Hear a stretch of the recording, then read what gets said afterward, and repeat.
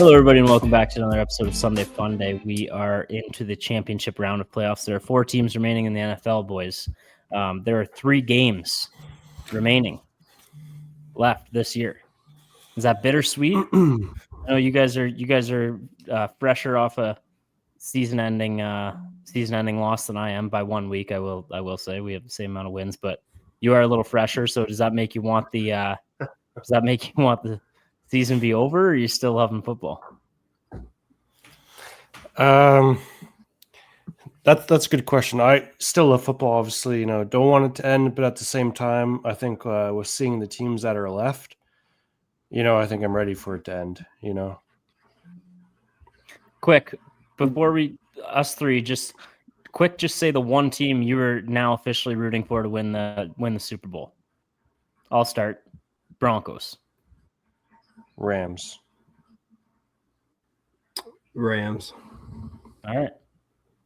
But the winner of the NFC, like Seattle's a close second to me. I still love my boy Sammy. Yeah, we'll get to it at some point, but there are apologies owed there for sure. Yeah, there are sure some apologies owed. We will get there. There was a person on this pod that said they will never win a playoff game this year, whether they get the bye or not. That has now changed, and extremely convincingly.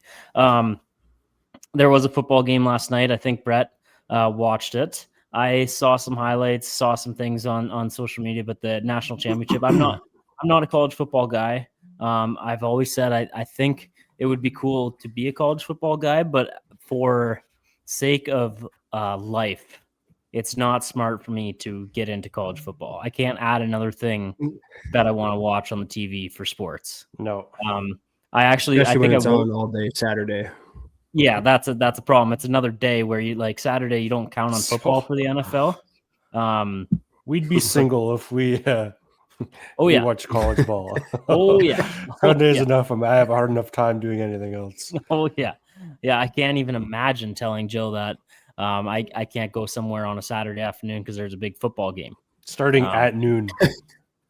Yeah, and I'll be tied up till late. They go late on Saturday, so. And then I think the games in Hawaii start at 1 a.m. Sunday morning. Yeah, so we'll have to catch that. Full slate. And then, by the way, by 1 p.m. the next day, I'm going to be locked in for NFL slate till about midnight Sunday. So, and then there's a game in London. Unless there's a game in London, and then there's a Monday nighter, and the Monday nighter is usually pretty good, so I'll have to watch that one. But don't worry, Tuesday, Wednesday, there's nothing, or Friday. So. Yeah, football. It's good. I've always said this about NFL too. I think it's nice to have a sport that the season feels like it goes by pretty quick. But then it's just kind of there's a lot of other months in the year where football is not a part of our lives. What does make me the most sad is this podcast, though. I'll miss doing this every single week. I do hope we can we did one off-season episode last year. I do hope we can do more this year, whether it's all of us, whether it's just a couple of us, whether Jesse hops in for one of us, whatever we got to do. I hope there's a few more episodes coming out for the people. But the NCAA football final was the Indiana Hoosiers versus the Miami Hurricanes. Yep. Hurricanes in Miami, so they got to it's preset where it's going to be, right? Yep, they got to play at home in Hard Rock. Yep, good stadium. We do have a tiny bit of internet issues on Brett's end. That happens. New Hamburg, I think, got hit with some extra snow than Linwood and Wellesley. So I think we just got a tiny bit of Wi-Fi issues. Brett is back though now. You got to watch the game, Brett. Obviously, the first projected first overall pick, Fernando Mendoza. Yep. He was the starting quarterback for Indiana who got the win. How did he look? I saw Tom Brady was in the stadium watching he's obviously projected to be a Raider next year. Mm-hmm. Like you, I don't watch college that much, but when I'm free, I try to. Especially the college playoffs, since they went to 12 teams, which is the best thing they've done in the history of college football. This year, nobody thought these 2 teams would be in the national championship. We finally don't have like a Georgia, Alabama, Ohio State, the classics. It was a great game. That Indiana team is maybe the best story in all of sports. Yeah. Like they didn't exist as they had a football program, but no one knew for 6 years. 3 wins last season? No. 2 years ago. Last year they were pretty good. Oh. And then even coming into this year, I think they were ranked like 18th, and they just steamrolled everyone, 16-0. And that quarterback I think he's legit. He looked great last night. Yeah. Interviews just scream Kirk Cousins to me. Yeah. He's pretty dorky. That's kind of why I was out on him. But like the individual effort last night was insane. The QB draw he had where I don't know if you guys saw it, but he truck sticked a guy, spun a guy, jumped 4 yards into the end zone. It was incredible. On 4th and 4, I saw. Yeah. Yeah, he's a gamer, but he's definitely a bit of a dork. The interviews, he doesn't seem like a cold-blooded killer in his interviews, that's for sure. He seems like the nicest guy out there. Yeah. He said, whether my teammates need me to get cracked from the front or cracked from the back, I'd do anything for them. I'd die for them. Yeah. So I think he might have just, could have maybe chose different words there. Yeah. He's innocent. He doesn't know that sounds awful. Yeah, it's not a great sound. It's not a great sound, but he's saying he would do anything for his teammates. So you never know. Maybe, you never know. Yeah. Carson Beck, the quarterback for Miami, is he supposed to be anything? Is he like draft eligible? Are we going to see him on an NFL field ever? I think he's like 32 years old. I don't even know if he can play in the NFL anymore. Okay. He's one of those guys. I saw he's someone asked him how his classes were going at Miami this past year, and he's like, I don't go to class. I play football. He hasn't been to class in 2 full years. That's insane. That is college insane. Football is a little bit broken in that way since COVID. Like you just get 3 years tacked on to the end of your college. Like Bo Nix was like this. Bo Nix like 32 right now. Yeah, that's crazy. Bo Nix, hero. Hero. I love Bo Nix. Matt, can you play the music, by the way? What music? The whoa. You mean Let's this go, music? Buffalo. Hey, not this music. Talk about this. Get it off.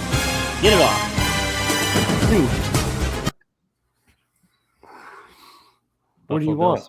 Buffalo Bills.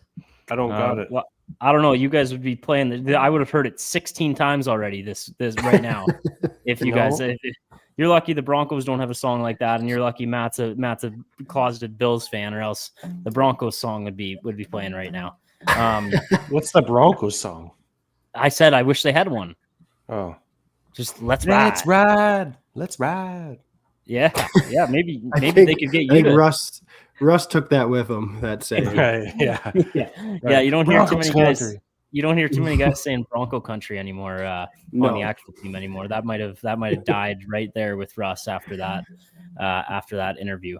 What's up with you guys? What's new? Did you have a good weekend? Yeah, I mean my team didn't lose in the playoffs this weekend, so it was all right. Yep. I redid all the flooring in my kitchen on Saturday. So that was had some guys over that were watching the game. It went longer than I thought, so I was kind of in the kitchen. And then obviously when Broncos Bills started, I was distracted, like kind of in and out watching. It seemed like did you watch any of it, or were you working the whole time? What's that? Did you watch any of it, or were you working? Yeah, so I would go in and watch, and then I had to lay glue. It's glue down vinyl plank flooring. I'm kind of a I'm a flooring expert. If you guys have any questions, but I had to let some glue dry. But so it seemed like every time I was in my living room actually watching the game, and we had the TV cranked, so I could hear everything from the kitchen. But it seemed like every single time I was in the living room actually watching the game, the only thing I saw was bad Broncos plays or good Bills plays. Like I didn't any of the Broncos touchdowns that game or field goals. I didn't see any of them live. Like right away would go over and watch the replay of it. So I was seeing it all in real time, but not live. So then when I think there's one point Brett was texting the Bills money line bet, and I was pretty confident in the Broncos. Bills then came back, which I should have known to wait to be confident. I should have known that. I decided I needed to get back in there and just do flooring. And when I was laying flooring, all of a sudden good things started happening again, and I just had to stay in there. I was getting getting play-by-play and everything. But shout out Matt. Matt did come and Matt can say he got one piece of flooring in the kitchen. One piece, and it's a great piece. It was one of the one had to be one of the more difficult pieces on the day. Yeah, it was top 5 for sure. I wouldn't quite go there. Top 10, I'll give you though. No, was it a full piece? It was a full piece, but like multiple pieces cut out. Yeah, just it was. It took me a long time. Yeah, but I did it. Yeah, it did. I had to get some on the floor there. Yeah, and I did by your stove. Like I probably did a quarter of the floor. Well, that's definitely not true, but you did probably do 3 pieces. But you did look like 3 pieces total. You did look like super focused when you were doing the floor, like like very, very focused. That was good to see. Is your back hurting yet? Oh, mine or Matt's? The knees, the back, yeah. Matt's. I know you're good, Brady. I'm just worried with when Matt bends over. It scares me. I wish I could join in the chirping on Matt. Brett, I've turned into something's happened to me in the last year. Like worse than me.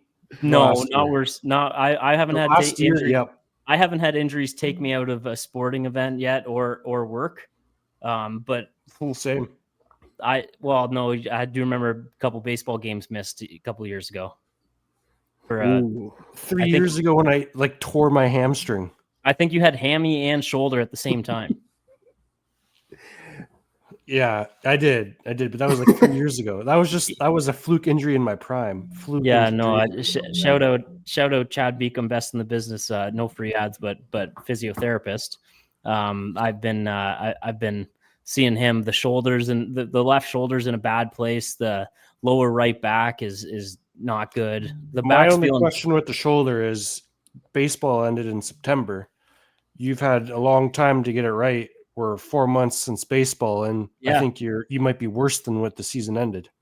Well, there's been a couple you need to do to get that fixed. I'm trying. I'm doing stretches. I got the rubber bands. I'm on the wall doing. I'm trying to put in the work. There's days I miss the stretches, but I'm trying to put in the work, and it is my left shoulder, so it will not my baseball. No, we're just headed towards a chronic shoulder injury at this rate. And if it is chronic, I'll whatever those NFL players take, I'll find some and I'll be out on the field for the Whalers. Like I'll do what I'll do what I need to do to play shortstop. And my right shoulder's fine. I can throw that ball across the infield, no problem. Just maybe bending down to get it with the glove could be the part that hurts. But yeah. Also, I don't know if you remember seeing me. The ball left the yard once. Yeah. How many do you have? Career? No, last year. Oh. Last year was a tough year for the balls were different than the year before. But I think the whole team had one, so I'll give you that one. You had our only ball. Maybe we had 2, but yeah. Yeah, no, you made me make it about myself. You did that. I didn't want to be. But the season before, I think you had 3. So technically, your production's declining. I didn't want to say that, but you made me say that. Well, I'm worried about the decline. Don't. I'm still in my prime in baseball. Hockey, far below my prime. Baseball, still in my prime.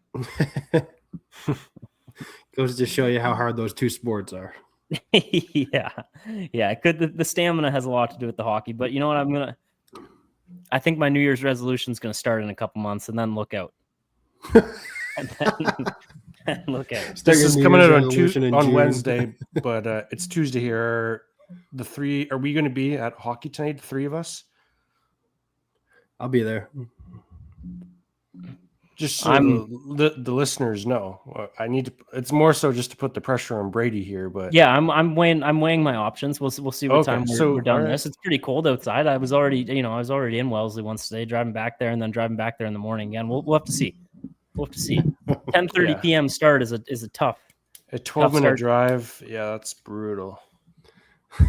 Yeah, and then once you play hockey, you can't sleep. So we'll I don't know about you guys. When you guys get home from hockey, can you just I feel like I could be up all night those nights.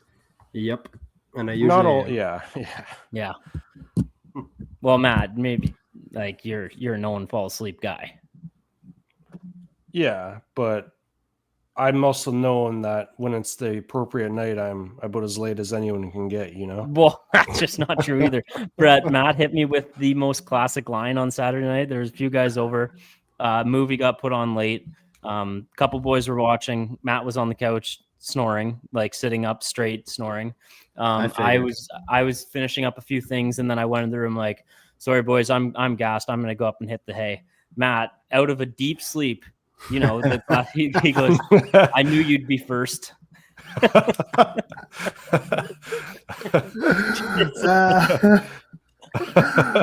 Heard it a million times, and I was walking out of the room and just like snapped my head back. I'm like, how do you go from a deep sleep, like fully out, and I say one thing that just somehow triggers something in the mind to be able to wake up enough to say I knew you'd be first, and then go right back to sleep.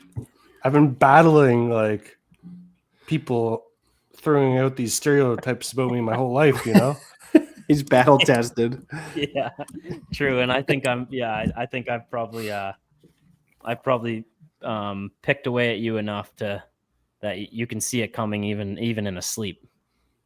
But that's all right. All right, boys, football.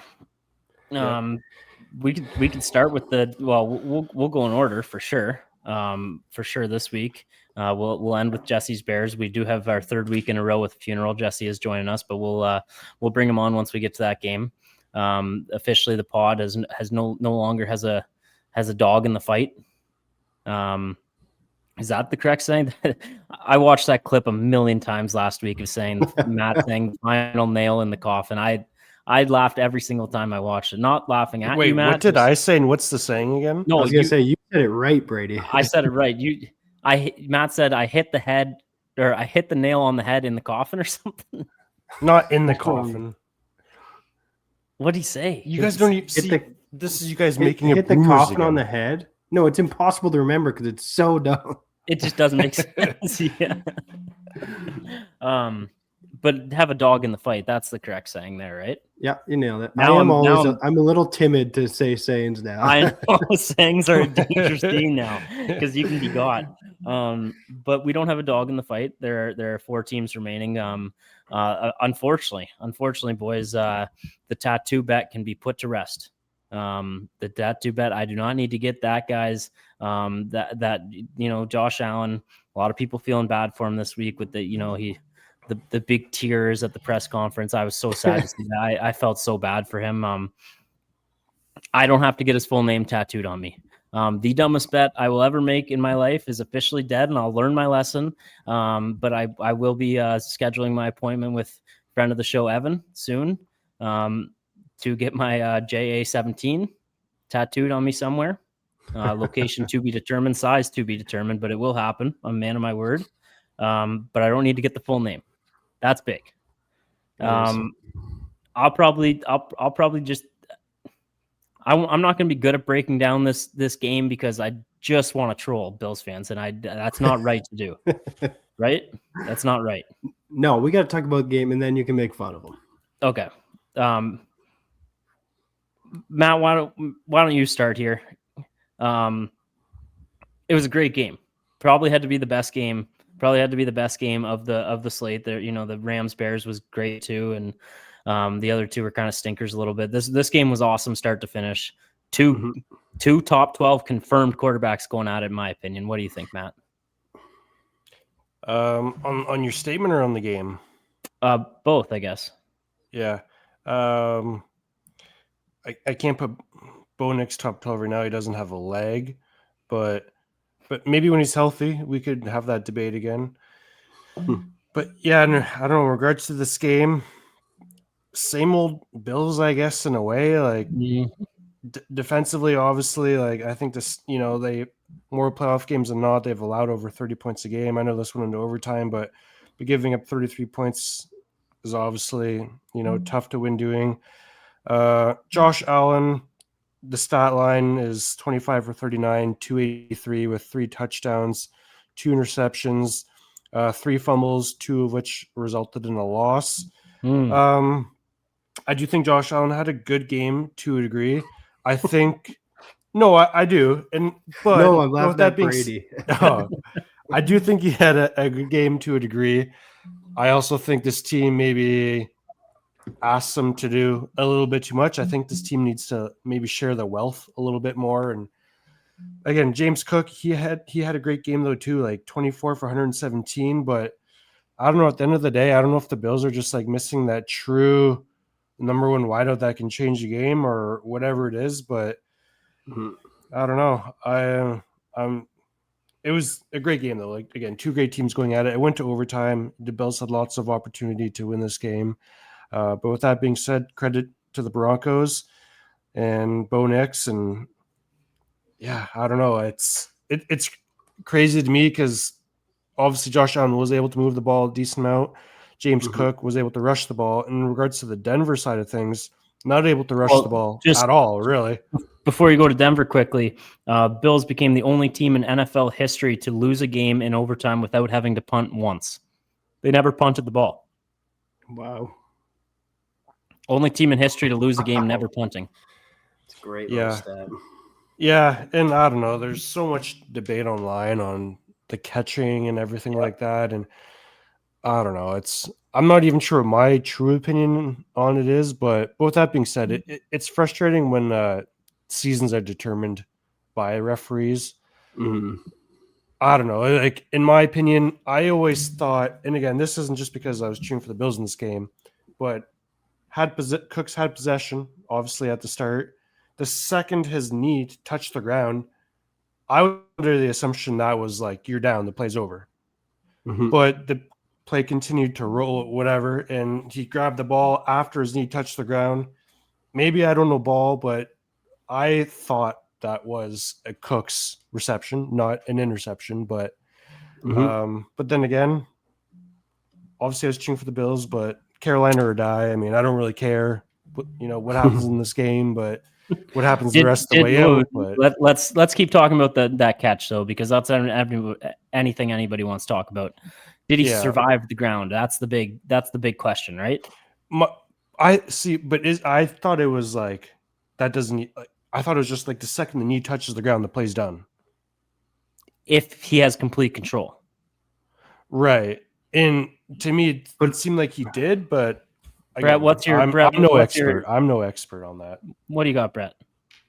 I honestly thought both of you guys would say that's not a catch, and I'd have to defend it. But it sounds like Matt's almost on my side. I don't necessarily think it's a catch. I will say that it's just so inconsistent. I've seen that play before. How long does his knee have to be on the ground? Is it 1 second? Is it 3? Why is everyone acting like they know this magical rule that like everyone on TV and on Twitter is acting like, well, it's obviously not a catch. Why? Yeah. Explain it to me. Because if his knee is on the ground for an extra half second, is that a catch? It's on for like what's the rule? Someone give me like the actual definition and I'm fine with it. It didn't lose them the game. It doesn't really matter, but I think they kind of got screwed on it. Yeah. The weirdest part was the no review. The fact that it happened and then the Broncos were just lined up. McDermott had to use a timeout because he's like, what the fuck is happening? Yeah. It was just the whole thing was weird. Bills fans would say it did cost them the game, and I would disagree. I would think it's probably the 5 turnovers that did cost the game. But I can also see why they would be pissed off about that not being called a catch for sure. For me, I feel like we've seen that play go both ways. So, which is my problem. Yeah, the consistency is definitely the problem, and the refs have been a problem in the NFL for a long time. But I mean, that being said, if I was a Bills fan, that would be all I'm talking about. I would be using all the screenshots they're using. I would be like, that would be my only complaint. I actually, credit to me, didn't text all the Bills fans this year. I texted a few of them for sure. Not all of them this year. I didn't go through my whole Rolodex of Bills, but I got a few texts from them before I texted. Then it was just one guy said, I will not be listening to the pod, but you have to talk about how that was a catch. I just called him mean for saying he will not be listening to the pod, but I also probably understand. I tend to avoid. And Brett, are you back on podcasts? on a little side note? Are you back? Starting Monday this week? Yeah. I didn't okay. listen. I barely thought about football last week. Yeah, that's the correct way to play it for mental health issues. As far as the game goes, other parts about the game, because there's just so many things to unpack. Obviously, the catch being the main thing. Bo Nix did have a good game. I'd argue to say he played a great game. He was 26 for 46, not the greatest completion percentage there. He threw for 279 yards, 3 passing touchdowns, did have an interception, ran the ball 29 times, a couple clutch runs when he needed it. The Broncos didn't really get a run game going, which I like going in. It feels like the secondary was the issue for the Bills. I don't know what the stats say this year, but I just from watching the Bills this year, it seems like where they could get got was teams throwing the ball on them. And I think that's probably that's why Sean Payton did it so many times. It was so weird to see Marvin Mims Jr. Be leading pass catcher for the Broncos. He's their punt returner, kick returner. Go ahead, Matt. I seen a stat. Someone bet on Marvin Mims to be the wide receiver with the most receiving yards. The payout, I can't remember what it was, but I think it was like 300 into, it like 30K plus. Like it was a lot. To put 300 it might even been more than that. It might have been more than that. Shout out one of the better names in the NFL, not just Jordan Humphrey. That'll be Lil Jordan Humphrey, and that's LIL. If I'm not pronouncing that correctly, that's LIL. Lil Jordan Humphrey. He had a nice touchdown pass. Sutton did get involved late. He was a bit of a ghost early.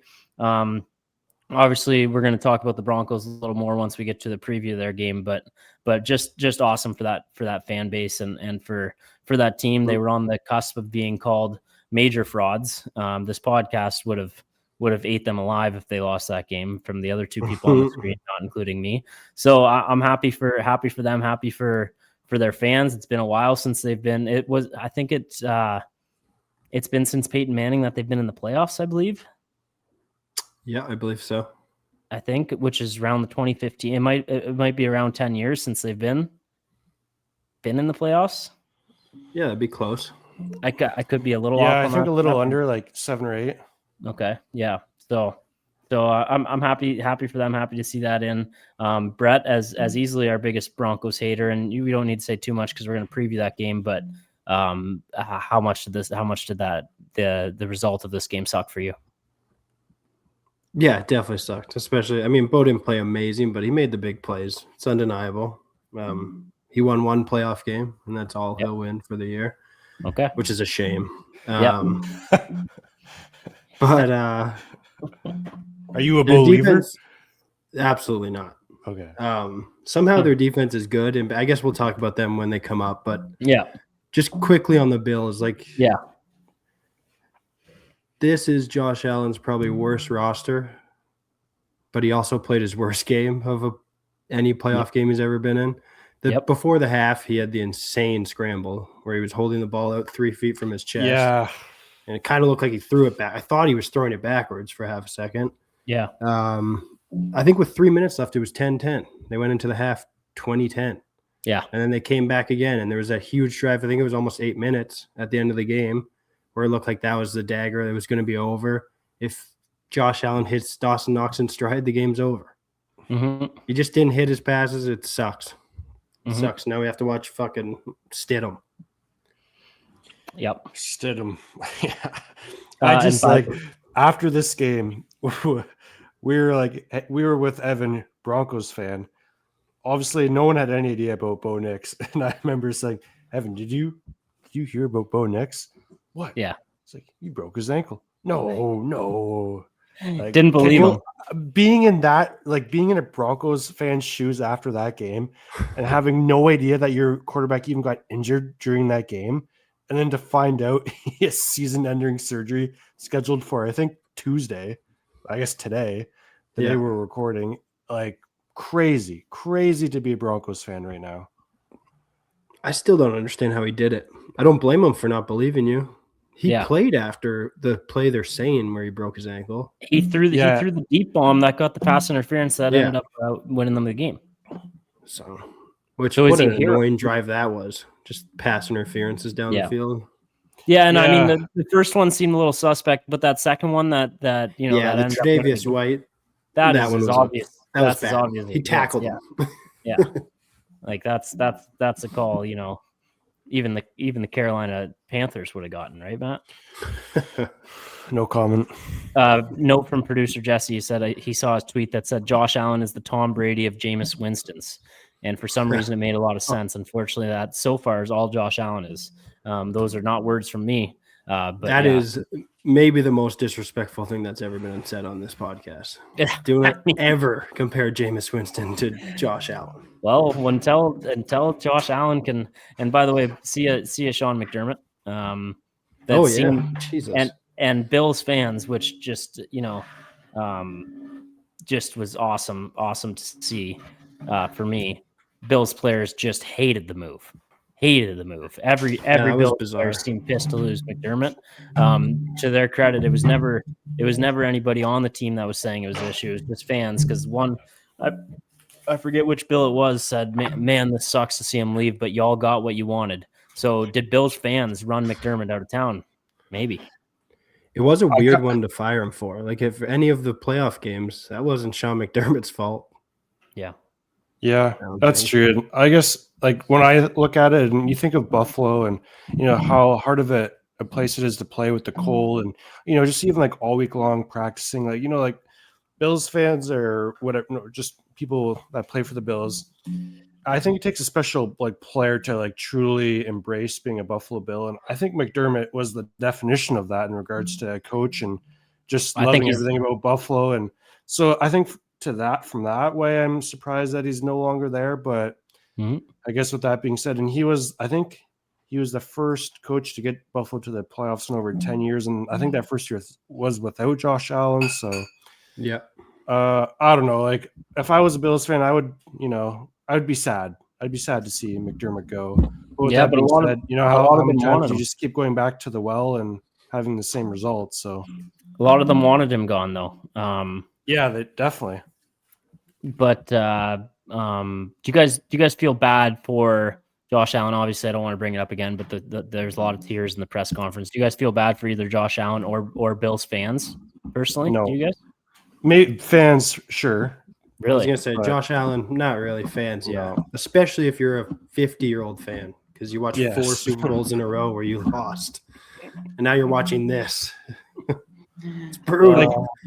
I forgot to look it up, but like, I don't know. I always look back to the Alexander Ovechkin thing, and like the guy won the cup in, I think it was 2018. He entered the league in 2004. That's 14 years into his career. Like, and that's just something I take along with me. And I think about like the Leafs and like the whole Mitch Marner thing. Like, yes, it was like, 9 or 10 years of the same result. But with that being said, we're talking about the greatest goal scorer ever in hockey. It took him 14 years to win a cup, and he only has one. So I don't know. I don't ever feel bad for any athlete that hasn't gotten there yet, because it is an extremely hard thing to do. And the best of the best, it like Ovi taking him 13 or 14 years or whatever it is to win his first cup. So I don't know. I think about that a lot of things, especially with like when the Leaf thing happened with Marner this offseason. I'm like, yes, sure, it's a long time. But same thing with the Bills now and Josh Allen. Like, it's been like 6 or 7 years they've been there now. And yes, they haven't got it done, but Josh Allen could still be a quarterback in the league the next 10 years. So yeah, he's 7-0, and I think I said this stat last week, but he's 7-0 in first round playoff games. So it's just a real shame to be back in this scenario for the 7th year in a row. It sucks. Shut up. My heart goes out. My heart goes out to them. You know what? This is one of those cases where it's better to just not make the playoffs, because everyone talks about Joe Burrow. He hasn't been in the playoffs in half a decade. So if Josh Allen just starts missing playoffs, people start talking about how good he is. Don't bring Joe Burrow into this. This is our Josh. This is my one episode a year. I get to do some dunking. Bills fans hate me for it. It's just hilarious because it's like your Super Bowl, and yeah, I've admitted it. It's an extremely sad thing, but it is, and I've admitted it's extremely sad. But it's one of my favorite days of the year, every single year when they get put out, and that's is that an indictment on my personal character? Maybe for sure. Well, I don't want to ruin your night, but the Patriots are still in it. So yeah, we'll get to that. That's yeah. I'm, it's been a little while since I've had to think about whenever that, we get to that game, we have someone ready. Yeah, he's I text him. He can stay waiting. Then we don't have to hear too much pro Patriots. We can. Sure. It's just like tough having to see his like face and my background, but you can see his face. Yeah. Oh, I can see his face. Yeah. Don't let me see his face. He's putting comments in the chat already. We'll get to him. Seattle Seahawks 41, San Francisco 49ers 6. Brett, I'm sorry. I was rooting on that future you had. You still got it at a good price. You can say ball because they were not in the playoffs at the time when you made that bet, or if they were barely in it. So you can still say ball, but that Super Bowl ticket did die. 10 seconds into the game. Yeah, as soon as it left Eddie Pinero's foot. Yeah. Shout out Rahid Shaheed. I think as a podcast, we are all collectively a fan of him. That was awesome. That's why you go get a guy like that at the deadline. A lot of people thought like it didn't make a whole lot of sense. Like why would the Seahawks do that? They got good receivers. That's kind of why you do it. Game changer like that. And then the rest of the game, just a horrible, horrible football game. It was literally over 5 minutes into the game. That was the game winning touchdown. I was gonna say if they did nothing else, it would be 7-6. Yeah. Yeah. And didn't they get a pick 6? So it would have actually been 14. Right. Yeah. So, I mean, the Niners, what did you expect? Everyone was hurt. Yeah. And anyone that didn't get hurt got hurt in that game. Yeah. Yeah. McCaffrey was clearly trying to play through something. Purdy was running for his life out there. Yeah. Ton just went down again. Yeah. I started feeling not good about it on Saturday when I seen a stat that 78% of the public was on the 49ers. Mm-hmm. That's when I was like, maybe my take of believing in the 49ers is actually just what everyone's thinking, and maybe it's really dumb. Yeah. And, I still kind of believed going into the game, but yeah, wow. Yeah, if this podcast was our full-time job and we were really good at editing, it'd be a perfect clip to have the old one of you saying Seahawks will never win a playoff game this year. Would you like to apologize to your old friend Sammy D and the boys? Yeah, definitely. I was very wrong. Very, very wrong. They dismantled the 49ers, obviously. I think the worst part about it is I've talked so good about Sammy Darnold this year, and then the second he gets into the playoffs, I'm like, oh, he'll probably just see ghosts again and not make it happen. And yeah, Darnold didn't even have to be great, and I think that's when he's at his best because like that Seattle team is so good. And if Darnold doesn't need to be the best player on the field, I think the Seahawks might win the Super Bowl. Like they're an extremely good team. Like the defense, obviously phenomenal. The run game will be interesting because I think Kenneth Walker's been kind of hit and miss this year, and Zach Charbonnet tore his ACL. Charbonnet. So he's out. So that could make things interesting in regards to what the Seahawks get going in their run game. But I think as long as Sam Darnold doesn't need to be the best player on the field, and that's a compliment, he needs to go out there, just do what he's best at, and not try to do anything too big. And I think the Seahawks, you never know what they could do. Yeah, 12 for 17, 124 yards is all Sammy D had to do. He did throw that one touchdown pass. Yeah, that's perfect for them. Yeah. We'll get to Seattle a little bit more, and San Fran. We'll have to see if they get healthy next year. And Kyle Shanahan's still their coach. I don't see any reason why they can't be right back in this situation next year. The New England Patriots 28, CJ Stroud and the Houston Texans 16. Matt, this is game 1 of 2, where you get to DSAB is here. Matt, this is 1 of 2. Before we get to DSAB, 1 of 2 games where quarterbacks have strong ties to you. The both games that day, Caleb Williams being the other. Those quarterbacks were 0-2 on the day. The quarterbacks you've been known to hate the most. Were you smiling every time you saw CJ Stroud throw an interception, or what was that like? In this case, it wasn't because I was cheering for the Texans to win. Mm-hmm. It was more like, if I don't know, like because a lot of people a hard game to watch. because I didn't want the team to win. CJ Stroud over Bryce. Who I don't see that at all anymore. That was a thing in the first year, but I haven't really seen it since. Obviously, CJ Stroud, he does have playoff wins, which again, an extremely hard thing to do. But with that being said, I think CJ Stroud also. I don't know. We've just seen him battle a lot. Like he's had really bad games. He's had good games, good enough to get the team a win. But the Texans also have the best defense in the league. Like, let's say the Texans D is like, in that like 10 rank, still good, but not great. Mm-hmm. The Texans may not even be a playoff team because the quarterback play has been kind of subpar this year. But again, I don't know. I can't chew into CJ too much because he has 3 playoff wins. I would love 3 playoff wins, 3 years into Bryce's career, but yeah, and it's the case for them. But yeah, I just what a ass game though. Like I just don't like either of those teams, and yeah, CJ Stroud happening too. Like it's hell.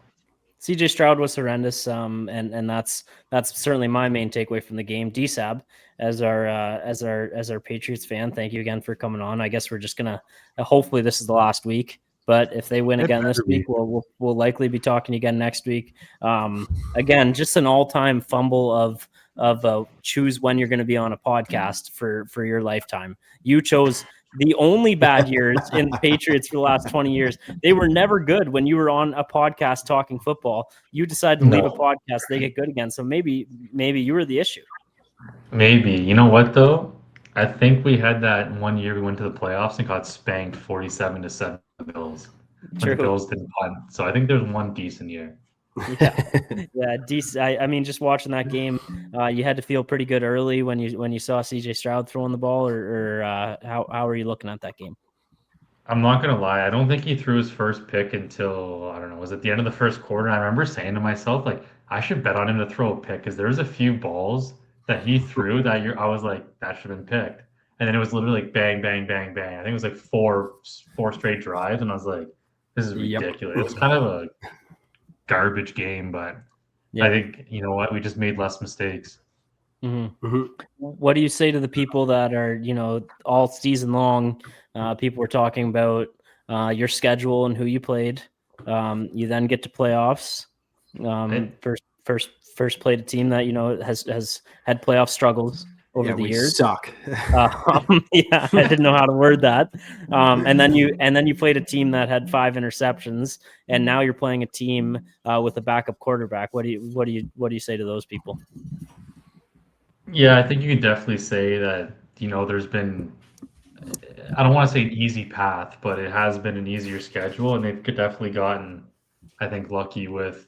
I think the weather definitely helped the Patriots on Sunday. I think that was the best case scenario because Houston plays in the dome, and I think listen, I don't think Bo Nix is that good. I think he's an average quarterback. I don't think he's bad. I don't think he's good. So I don't know how big of a loss it is. I think Stidham, I think the point spread it moved too much in my opinion. I would be taking the Broncos at 5.5, 6. You were gonna either way. God, you had me for 1 second there with the Bo Nix talk, and then you said the line moved too much. It's Jared Stidham. He's played 4 games in the NFL. If you guys don't win, it's going to be embarrassing. Yeah. The Broncos have the best O-line. They've got a good defense. Brother. I mean, we'll talk about the Broncos, but everyone keeps telling me about this defense. They let up 30 points every game. So where is this defense? It's a good D. Is it? Well, they beat the Bills. Yeah, 33-30. They turned the ball over 4 times, didn't they? They turned Josh over a few times. Oh yeah, they did. Josh certainly had some turnovers. Curbs. Oh yeah. I don't know. I think it's going to probably be another stinky game, to be completely honest. I'm just hoping that we're less stinky than them. But I am pretty confident. We should win. You should win. Are you worried about Drake's ability to not fumble the ball in the pocket? That definitely giving me some Mac Jones vibes. Mac when he was with the Patriots. But honestly, I think the pass rush, I don't know, maybe this is fair to say, maybe it's not. I think the 2 pass rushes from the previous 2 weeks, I think, were better than the one we're going to see on Sunday, so hopefully he can protect the ball a bit better. But I don't know, those defenses, 3 defenses in a row, and I think top 5 in the league. So I'm just I don't know what to expect. So it'll be a low scoring game, and whoever turns the ball over less is going to win. I have some things you need to know about Jarrett Stidham. Can I read those to you guys? Yeah. Bill Belichick drafted Stidham to eventually replace Tom Brady. He got his wish in 2020, but Stidham underperformed, so New England signed Cam Newton. Jared Stidham would be the first NFL quarterback to start in a conference final championship round or later after not throwing a single pass in the regular season. His stat line on the year was 1 rush minus 2 yards. It was a kneel down. The Broncos were the only team in the NFL whose backup quarterback did not attempt a single pass this season. Jared Stidham is 1-3 as a starter. He will start against the 3rd best defense in the league, New England, and his nickname is Stiddy. Sean Payton believes in Jared Stidham. His nickname is Stiddy, and he says he believes that he has 2 number 1 quarterbacks. So Sean Payton does believe in him, but I mean, no matter what. Yeah, and I'm the strongest guy on earth. Yeah, that's a good comparison. I mean, it's gonna be a fun one, D-Seb. I think. I hope. Listen, I think the Patriots should win, but you know what? You can't ever, the schedule talk is a little bit ridiculous though, because it's not like it's college football, right? Where you've got Division II schools playing against Georgia and Alabama, right? Everyone in the NFL is professional athletes. They're all good. The Jets. Hey, the Dolphins beat the Bills, and the Dolphins are not a good football team, right? I'm just saying, right? On any given Sunday, anyone can win. Yeah. D-Sabs, predict the remaining 3 NFL games with winners. I'm going to go New England 17, Denver 10. And then I'm going to go Rams 24, Seattle 17. And then I'm going to go Rams 31, Patriots 21 in the Super Bowl. Wow. Well, Matty as long as it's not 10-3 again. What's that? As long as it's not 10-3 again, like the last time you played the Rams. I think the Rams offense is just so good. Like Stafford, Puka, Devontae, like man, they're just good. They should have beat Seattle twice this year. I don't know. I think they should beat them. I'm taking those points. Yeah. My last question is who's your favorite wife out of the Patriots players, out of the 2 options, Cardi B or Ann Michael, who has a baking show. Giselle. Just come on. I'm not gonna lie. She's Bake Miss is just all over my TikTok, and I'm it's definitely infected me. And no Cardi B songs blaring in the background for you? No Cardi. I mean, listen, he's an alleged strangler, so I don't support that. Right. Good man. You think he should play next game though? I think his trial being right after the Super Bowl, I think is fair. Yeah, for sure.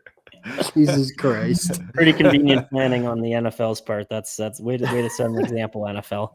All right, D-Sab. Thank you again for hopping on. By the way, last week. Your picks were awesome. 2-1. Except for that one guy that just couldn't get the job done. Who was that? Josh Allen. Did I take the Bills? Really? Damn. You took you took 3 touchdown scores: Josh Allen, Smith and Jigba, and Kyron Williams, and you went 2 for 3. And I had the bet. It would have paid out nicely. Same. It would have. Honestly, I don't know. I thought Josh was my for sure lock, so I don't know. No, it's unfortunate. It's unfortunate. Hey, one hot take. He's gonna retire soon. That is my hot take. I did.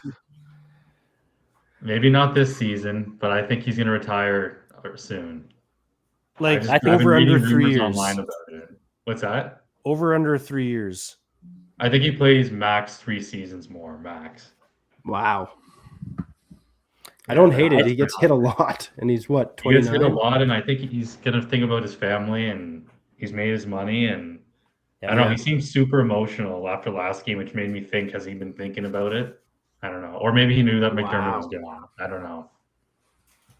I don't hate that. Yeah. I'd say the same for Herbert. Oh, and only other last thing, go Pats, D-Saps. Wow. Let's go Pats. Wow. That's huge. What about you, Gerbs and Maddie? Bronco country. Let's Broncos ride. Really? country. Yeah. Why, For just sure. me? What do you mean? I'm not ready for you guys to go back to being at the top. I'm not ready for that. You guys And had the it only too good reason for Brett's 2 on your side is decades. because it's the Broncos. If it was any other team except maybe, would you say if the Raiders happen to be there, Brett, or No. The Chiefs? Any AFC West team, it's go Pats. but any Oh. other team?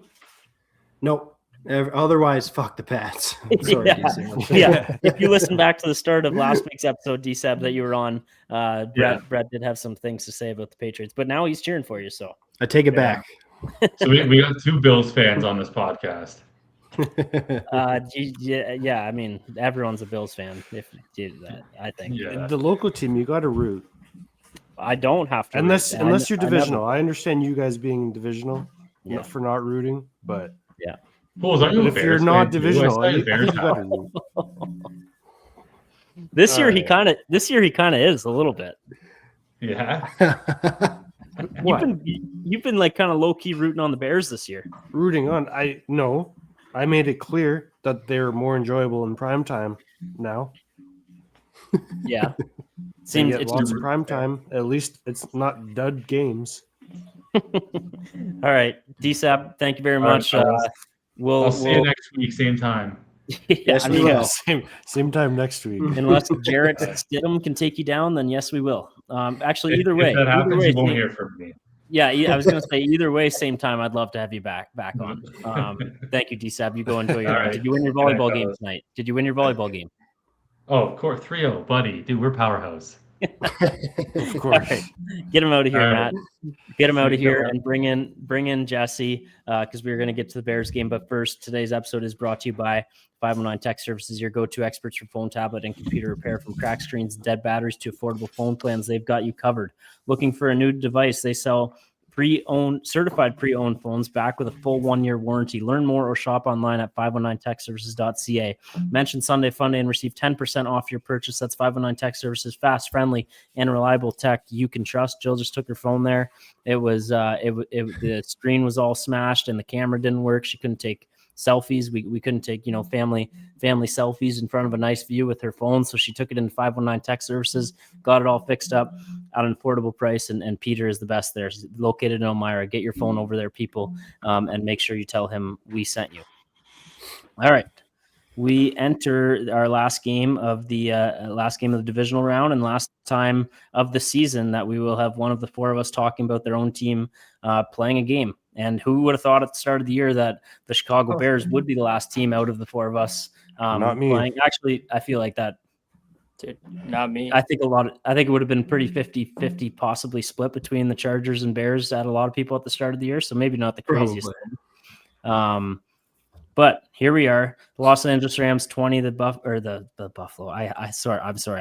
I hate to keep bringing up the Buffalo Bills. They're in my mind. That was an accident. But they're just, I'm telling you, I'm just feeling for their fans. I'm sorry. Los Angeles Rams 20, Chicago Bears 17 in overtime. We saw a crazy back and forth game. Quiet for kind of both teams in the first half of the game. There wasn't much going on. It was 10-10 going into the second half. We didn't see any points in the third quarter, and then fourth quarter got a little wild after the Kyren Williams touchdown run.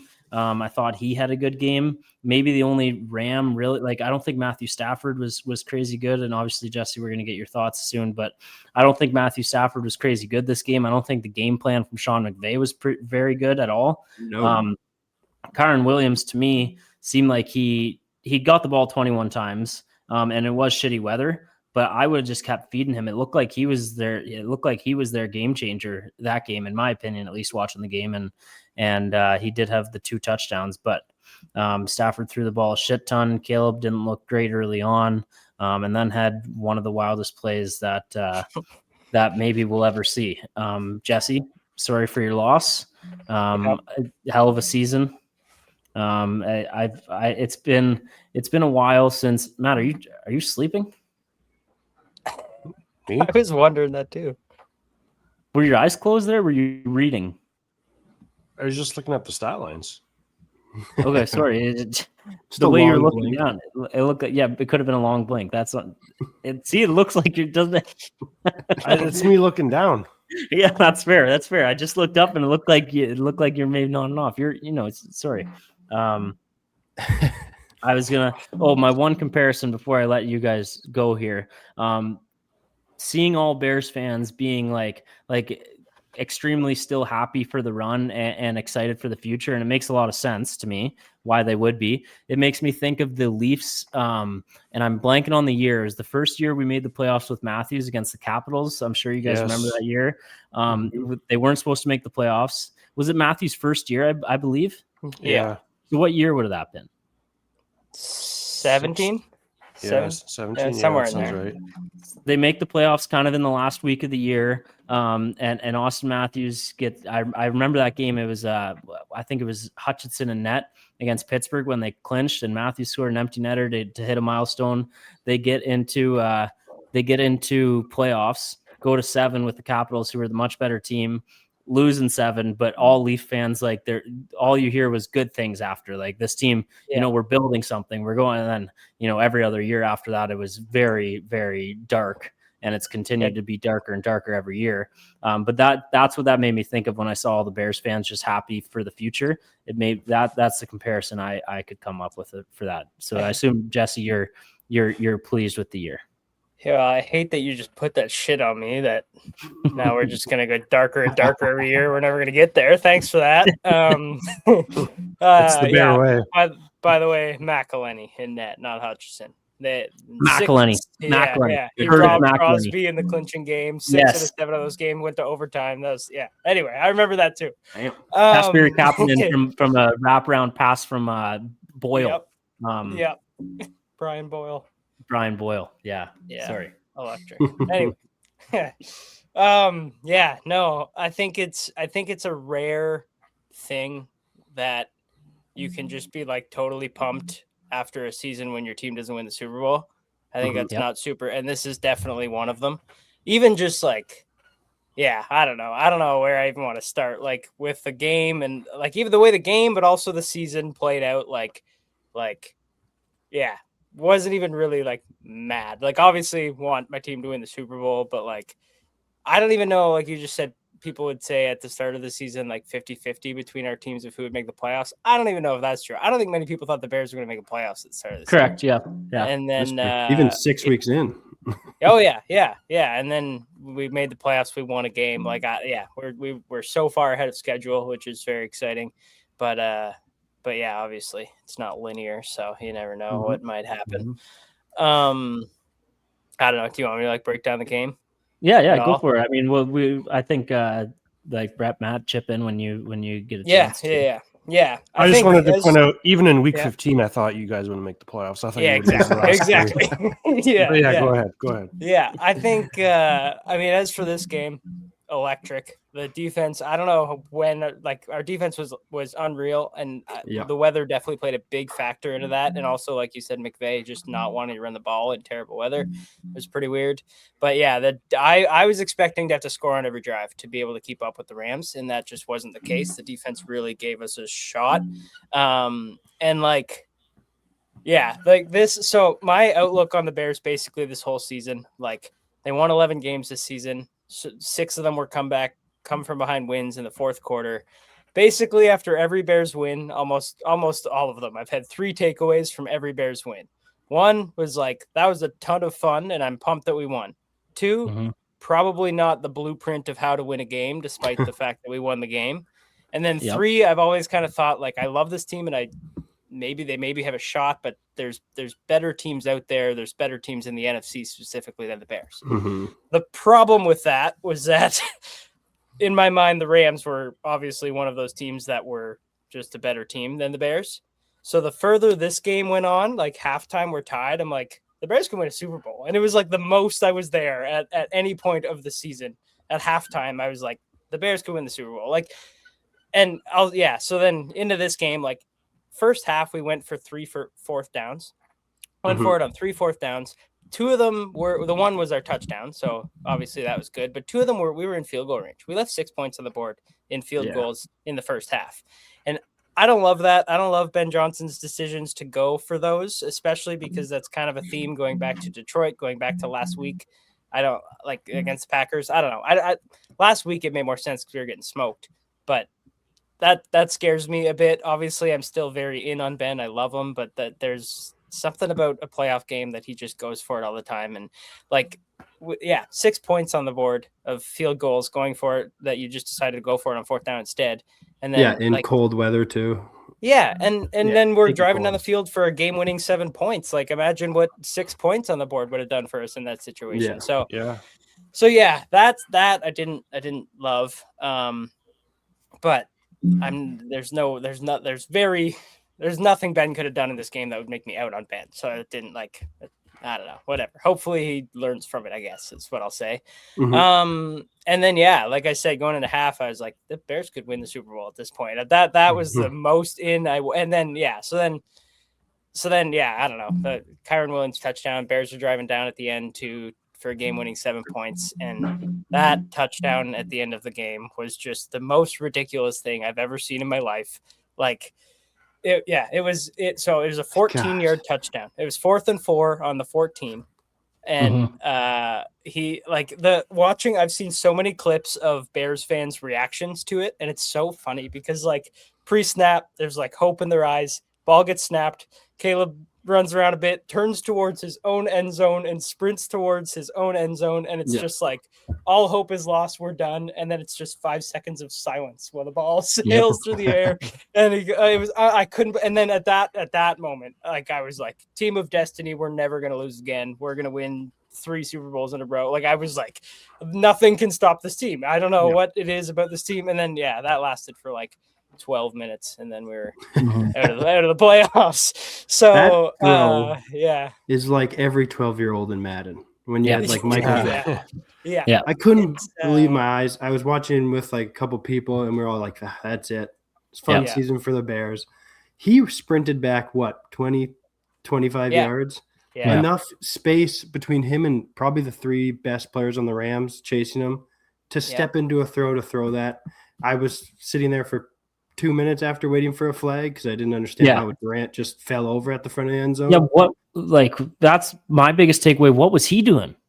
Yeah, it was like he was jumping in sand or something. I don't know if his feet just gave out, but his knees stopped working. He ran away from the ball and left Komet so wide open. Yeah, that sorry, I didn't mean to interrupt. That was most obvious. That was the longest touchdown from the red zone in NFL history because it traveled 51 air yards for a 14-yard touchdown. That is ridiculous. It was just dumb. Caleb Williams, actually, Matt, I'm curious your take on watching Caleb. I did hear some insult stats and I wrote them down. Matt, I'm curious if you want to hear them about Caleb Williams. I'd hear him. Okay. His he did have a good playoffs, had some highlight reel plays, but here's just some stats from playoffs. He had 4 touchdowns and 5 interceptions. He was 52% completion percentage, and he had a 65 passer rating in playoffs. To me, it's not a new take because I've lots of people have said this about Caleb, and it's so obvious watching him. The big plays in clutch moments, Brett called it one of the better throws he's ever seen 2 weeks ago with that one against the Packers, and that one was incredible. I still think that was way better than what he did in this one. But he has that play, and then he has this 4th down play. He has other throws throughout the year that are just mind-blowing, clutch throws. But then he'll be 3rd and 1. I think it was 3rd and 1 when they were kind of in hurry up at the end, and Cole Kmet wide open on the sideline, and he just airmails them. There's some easy throws that he really seems to screw up. So it makes sense to me, or it would make sense to me that you can obviously tell his ceiling is way up there. He can be a great quarterback, but his floor is also pretty low right now too. Mm-hmm. Does that make any sense? Yeah, and I would agree. I feel good about it because it's the easy throws that he has to get better at, and so I feel confident that he will. I like the completion percentage is one all year that has just been like he's never hit, like all year he hasn't had a good completion percentage. So that's one that but the one thing I'll say is the interceptions. Like all regular season, he didn't throw a lot of picks this year, and that was a huge improvement from last year. And of his, what'd you say, 5 picks in the playoffs? Yep. So I think 3 of them for sure, maybe 4, but 3 of them for sure were 4th down plays deep in the other team's territory, or like. To use a Brady term, an arm punt. but yeah, like even there's one pick against the Packers that literally, if the Packers just dropped the ball, they would have had like 25 yards better of a starting position, just turning the ball over on 4th down than making the interception. So I don't hate, you're going for it on 4th down, the play breaks down, and I don't know, you chuck one up and who cares? Yep. Like, I don't know. Yeah. The picks don't concern me as much as the completion percentage does. That's fair. Matt, Brett, anything else to add on this game before we move on? I actually love that you just said that. The 3 picks doesn't actually tell the tale, because you're right. Most of them are arm punts. And if you're not trying to throw balls like he does, you're never like, he's not going to throw those insane passes and not throw interceptions at some point. The last one was bad. The last one where it's a check down, you're at midfield. What do you need? 10, 15 yards to kick like a 45-yarder? You can't just whip it up there. And then your boy, Matt, DJ Moore, you're going to have to defend him because that was awful too. Yeah. Yeah, he's again, not my boy no longer. Thinks he's still my boy, but not my boy no longer. DJ Moore. But one final question for you, Jess, kind of on the funeral side of things for the Bears season. So you look ahead into next year, year 3 of Caleb Williams, in a year which you guys will probably have one of the best divisions again. I'm sure the Vikings will get better. The Lions should be better. The Packers will be in the mix again, and then you guys. What are your expectations for next year? And with just how difficult your division is there any way next year can be a successful season without the Bears making the playoffs? Yeah, that's a good question. I like that. Nice. Yeah, that's the scary part about just that success isn't linear, and just because you made it so far one year doesn't mean you'll make it farther next year, right? And so, I mean, if they miss the playoffs, the season has to be a failure next year, right, for sure. But I don't think it's like that. There's certainly no guarantee because of our division and because of the way the Bears won games this year. Like, there's definitely a shot that we don't have. So that's it'll be interesting to see. Like, we have a few free agents and stuff, so it'll be interesting to see what happens over the offseason. I will say there's like Caleb learning how to make easy plays will help, and then also like our defense wasn't good all year, so improvements. Like, I think the Bears can get a fair bit better next year than they are this year. So I don't know. Hard to say what next season will look like. But yeah, and on the DJ Moore thing, people are crucifying him for that play, and it looks bad. It looks like he's jogging, and it looks like he runs the wrong route. The way Caleb said it, I'm just choosing to believe this because I love DJ, but they just like Caleb thought he was going to run flat. DJ thought he was staying more high, and it was just a miscommunication in the biggest moment of. But yeah, like you said, check downs open. You don't need all 30 yards in one play. Yeah. Really, you only need 20, and it was 2nd down. Yep. So yeah, blame to be shared on that one. I don't know. I still love DJ. If anything, hopefully maybe this helps. We can restructure his cap for next year, make him lower cap it, and help get the rest of the team better. I don't know, but yeah, that's just your classic miscommunication. We'll end with this, and since I'm the one answering, or I'm the one asking the question, I don't have to give an answer. That's my rule I just made here. But it's going to be for all 3 of you. And it it's not meant to be anything, but Bryce Young and Caleb Williams have been kind of, put against each other for, reasons of that trade. And on this podcast, that's been a major issue. I just want to ask all 3 of you, and it's just a simple, quick answer, but if you could start a franchise tomorrow, and you had to pick one of those 2 quarterbacks to start that franchise, it's Caleb Williams. Okay. Thank you. That's all. Yeah, Matt and I don't need to answer this question. Matt, what would be your answer? BY9. BY9. Okay, we can move on. Oh, by the way, they never really get comparisons. It's literally only from you. From me? Yeah. I've never seen Bryce compared to Caleb once. It's always just guys from his draft class. You have talked about Caleb Williams on this podcast like every episode since that trade happened. That's just because they drafted him with their pick. Yeah, exactly. So I thought that, but it doesn't change anything in regards to Bryce and Caleb. I was just curious. I thought it was a good topical. We were on the topic. I thought it was just a good Should we get into the Herbert and Tua debate again? Again? Yeah. I mean, that one's settled. Yeah, we can. That one settled itself. Well, I mean, the very last thing I want to say. But yeah, go ahead. We were this close to having 3 quarterbacks from Caleb's draft class in the playoffs out of 4. Ooh. Which would have been insane. 3 year 2 quarterbacks all from the same draft class, 3 to 4. That would have been insane. I'm very disappointed. For those teams, they better win it soon because all 3 of those guys are going to get paid a lot of money. Yeah, and then your defense sucks all of a sudden. Yeah. That made me think of something. The 2018 quarterback draft class. You'll remember names like Baker Mayfield was drafted 1st overall, Sammy D 3, Josh Allen 7, Josh Rosen 10, Lamar Jackson 32. Josh Rosen.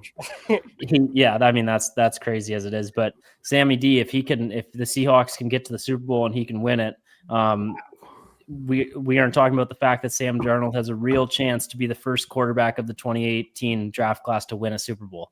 Could you imagine? No one would have thought. I can imagine. There's not very many quarterbacks that ever win the Super Bowl. It's the same guy every year for like the last. Yeah, but Lamar years. Jackson and Josh Allen is surprising. That Sammy D made it before them too. They've been MVPs. You would have thought they'd have a Super Bowl by now. And Baker Mayfield's been on good teams too, pretty much just since he got to Tampa, I guess. But all right. I mean, sorry if that question pissed you off, Matt. I just thought it was. Come on. What are we doing here? It's been Mahomes in the Super Bowl like 5 of the last 6 years. Like, obviously, none of those guys have won the Super Bowl. Yeah, okay. I thought it was crazy. 2018, I was not surprised even a little bit. It's Mahomes in the Super Bowl every year. Yeah, well, another stat I got. Maybe this one will impress you. That I have 15 years straight with either the Chiefs or the Patriots in the AFC Championship game now. 15 years straight. That's what I mean. It's the same guys there every year. Right. So I don't know why I brought up that other one. Stupid one. I can't believe it. Fuck, stupid. I hate being so dumb. All right. What a waste of time, Brady. It's like you guys don't watch football. Like, it's the same thing every year. Yeah. Do you mind editing out my question, Matt? I really don't want it in there. Can you please? Yeah. I'm sorry. All right. Jesse, stay on for this because you can be our guest picker this week for the guests. The guest, Matt's going to give us standings, but they're on a run. What do you got, Brett? I would just have one question about overtime because they went to overtime. Why do teams choose to kick the ball away? It doesn't make any sense to me. If they don't get any points, you just need a field goal. And if they get a field goal, you have 4 downs to get a touchdown every time. But then you get a field goal and then they can end the game. Why would you not want to start with the ball? No, you're not going for the field goal. You're going for the touchdown, and you got 4 downs to get it. I'm saying, let's say it's tied after both possessions. Oh yeah, then you're screwed. Possession, then you're screwed. It's just who wins the game. Why would you not want the ball every single time? They always kick it away. I think it's because teams think it'll end on one of the first 2 drives, or like points will be scored on one of the first 2 drives. Did it happen I guess in the Bears? It didn't. Yeah, that's what's crazy. Like usually, I feel like it has happened a lot in recent history, but third possession. Right. Yeah, but this weekend it just seems like a huge advantage to get it for the 3rd time. Big time. Yeah, you just need to get to the other team's 40 and you're kicking. Yeah.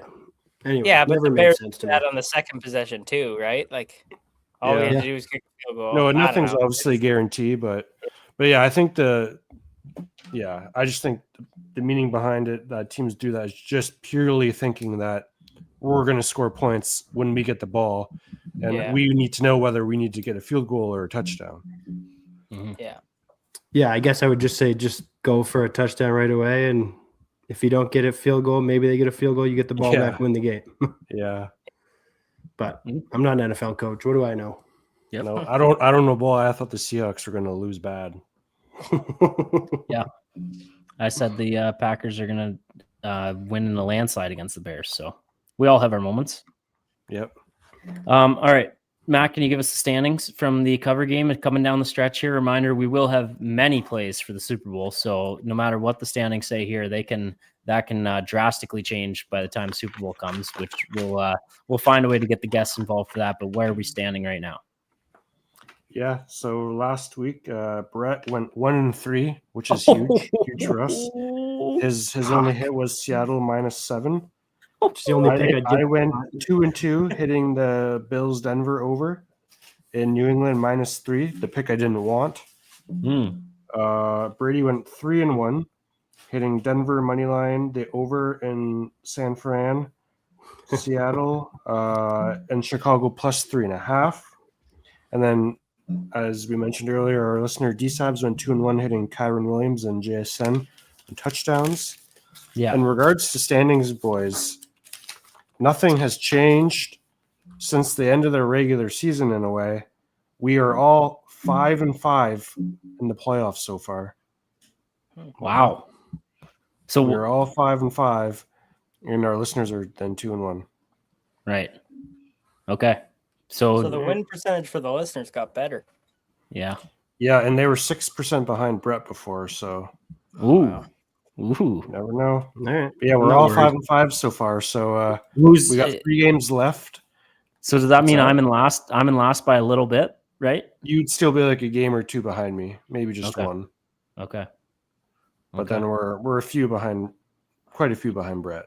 So how do you guys want to do this week? We have Jesse doing the guest list here. So there's Yeah, I was thinking we do 3 picks from each game. We have 4 things and then a touchdown score.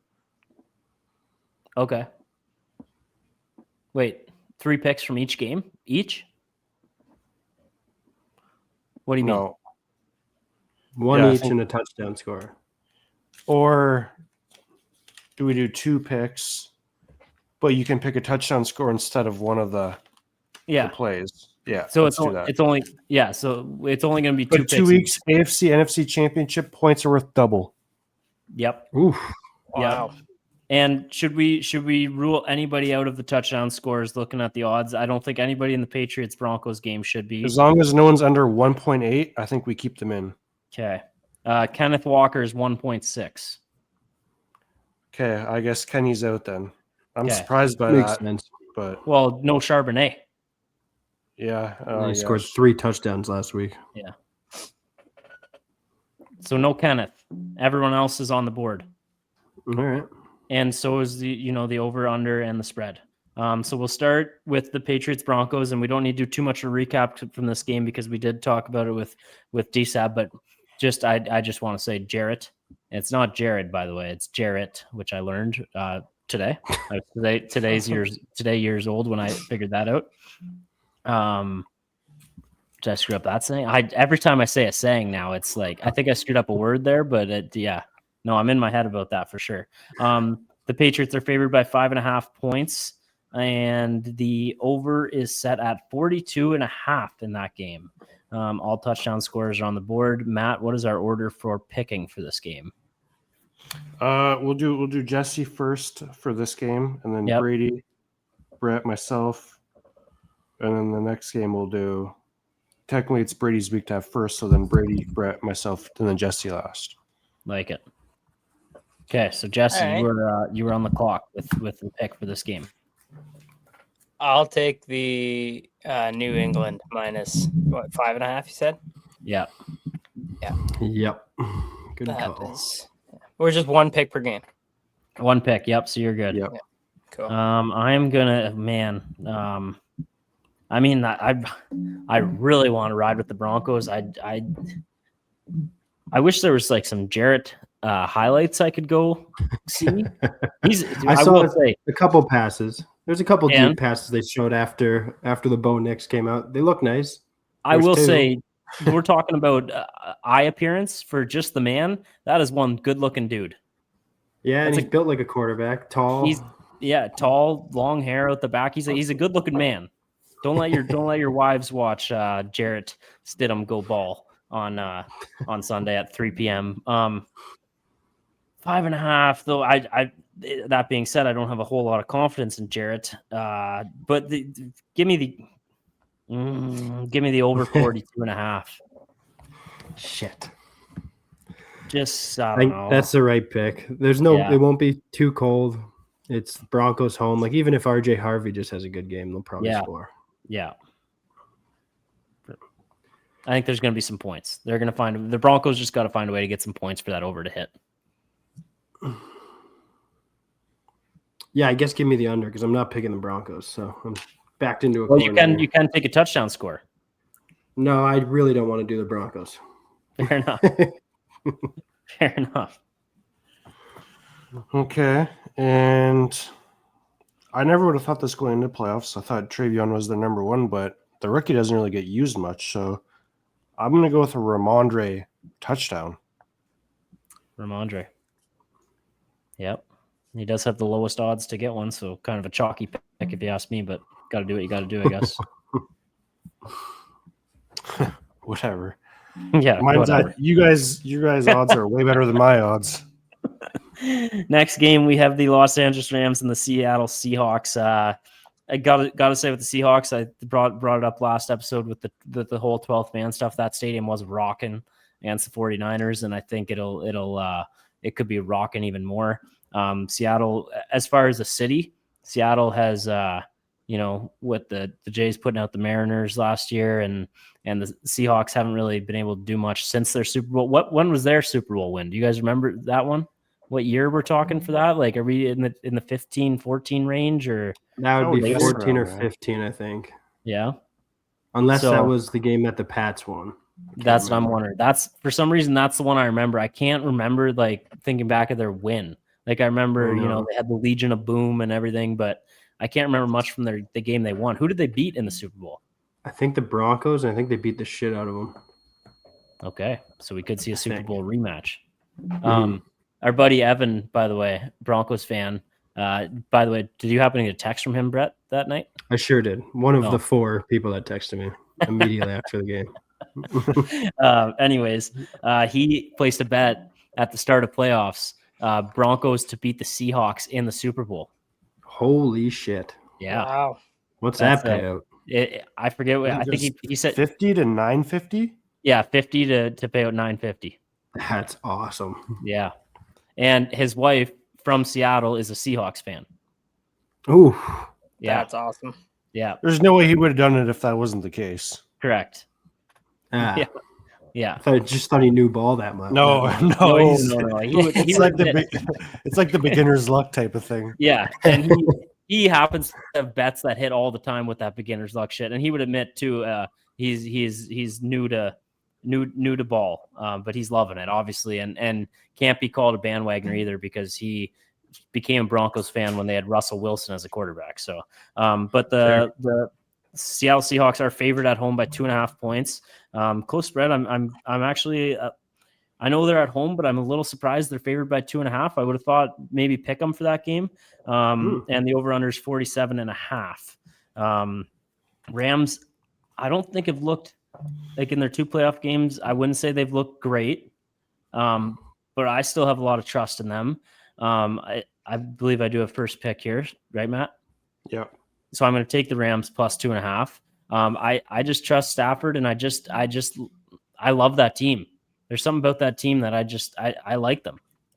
I enjoy watching them play football, and I think Sean McVay, like I said, didn't have a great coaching game, but I think he bounces back with a good one here. And if they can make Sammy D have to throw the ball more, and he's battling an injury as well.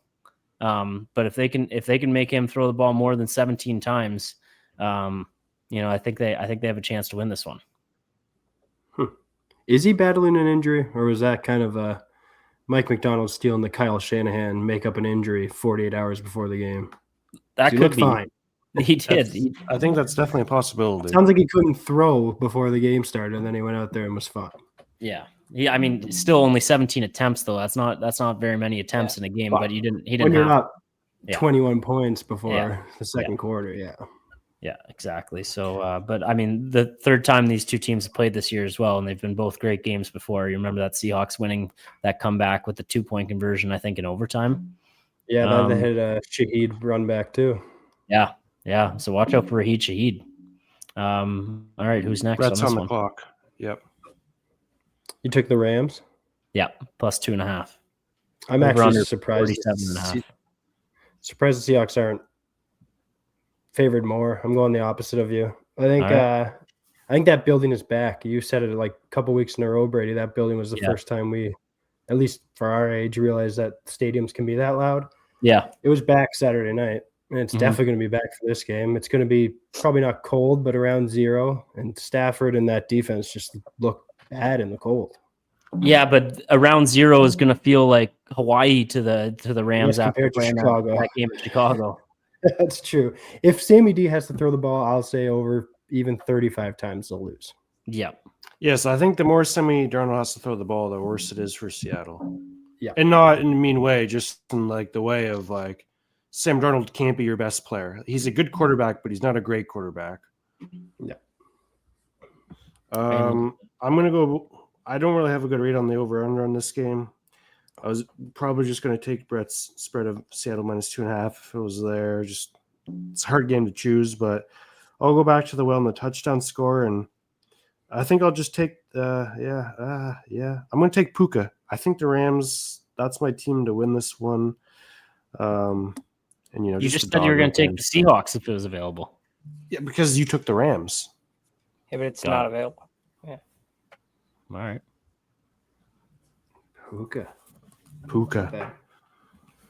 So I'm locked into the over-under. I can't also pick a touchdown score? No, you can take a touchdown score over-under. Yep. For the listeners, they're counting on you here. You know what? I kind of like the over.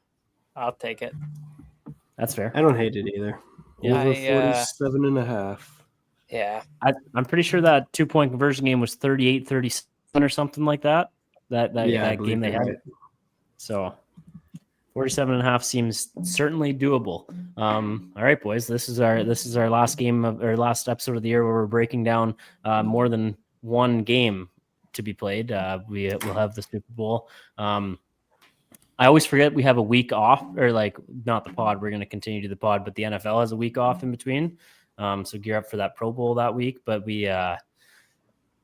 we'll be with you. Obviously, next week will be more of a recap. We'll kind of save our Super Bowl preview for the week after. I do want to remind people we don't say it a whole lot, but it does help us a lot if you're listening to us on anything and you're not subscribed or downloading episodes. If you want to help us out, that helps us out a lot. Getting our numbers up a little bit, and Instagram, TikTok, YouTube. We're pretty active on all those with clips. There's some good ones that go out there. So if you want to support us just by clicking subscribe that on Spotify, Apple, whatever, that's a good way you can support it. And we're having fun with this, and we got a few more weeks to go until the off season. So thank you everybody so much for listening to another episode of Sunday Fun Day, and we'll be back next week. Fins up. We got a new coach and GM that I will have a take on. That's still kind of... Sorry, go ahead. You just, of course, you had to throw nonsense in at the end there. I was just... don't fight. We almost made it through the episode. Perfect outro going. But yes, say what you need to say about your irrelevant coaching groups. I said I'll... And management. I said I'll wait till the future. Okay, the Green Bay Dolphins, though, look out. We're dying to hear. Such a great outro you had. You just had to hit a button to say start. Good job. He'll turn it up real loud one time. Yeah, he'll go up and then go down. And then, the signature touch. Go Patriots. Bear down, boys. Bronco country.